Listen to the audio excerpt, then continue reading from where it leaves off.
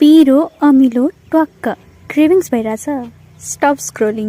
High, this is सामना र आज चाहिँ म दीपक दाईको चटपटे खाना आइपुगिसकेको छु। उहाँ चाहिँ हुनुहुन्छ हाम्रो दीपक दाई र अब चाहिँ ढिलो नगरिकन हामी टेस्ट गर्नको लागि जाऊँ है त।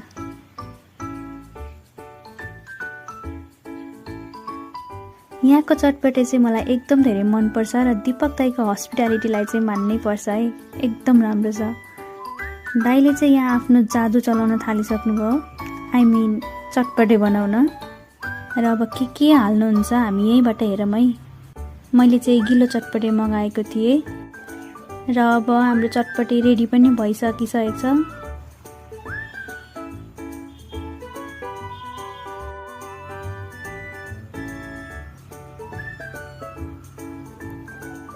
रेडी भइसक्यो भनेको त यहाँ दाईले त अझै धेरै के हालिदिनु हुने रहेछ।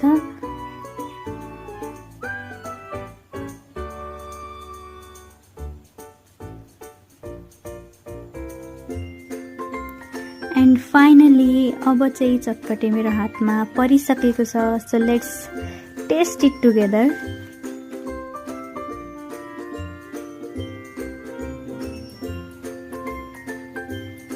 मेरो रियाक्सन हेरेर त तपाईहरुले थाहा पाइसक्नुभयो होला, एकदमै मिठो छ है। अब चटपटेले मात्र कहाँ पुग्छ त, पानीपुरी पनि खानै पर्यो हैन। यहाँको चाहिँ पानीपुरी पनि मलाई चाहिँ एकदम धेरै मन पर्छ।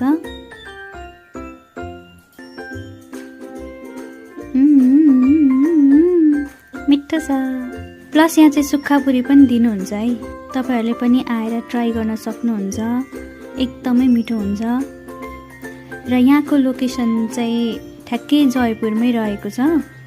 हजुरहरू पनि आएर ट्राई गर्नु होला र यस्तै भिडियोहरूको लागि चाहिँ फलो गर्न नबिर्सिनु होला। See you in the next video. Bye by.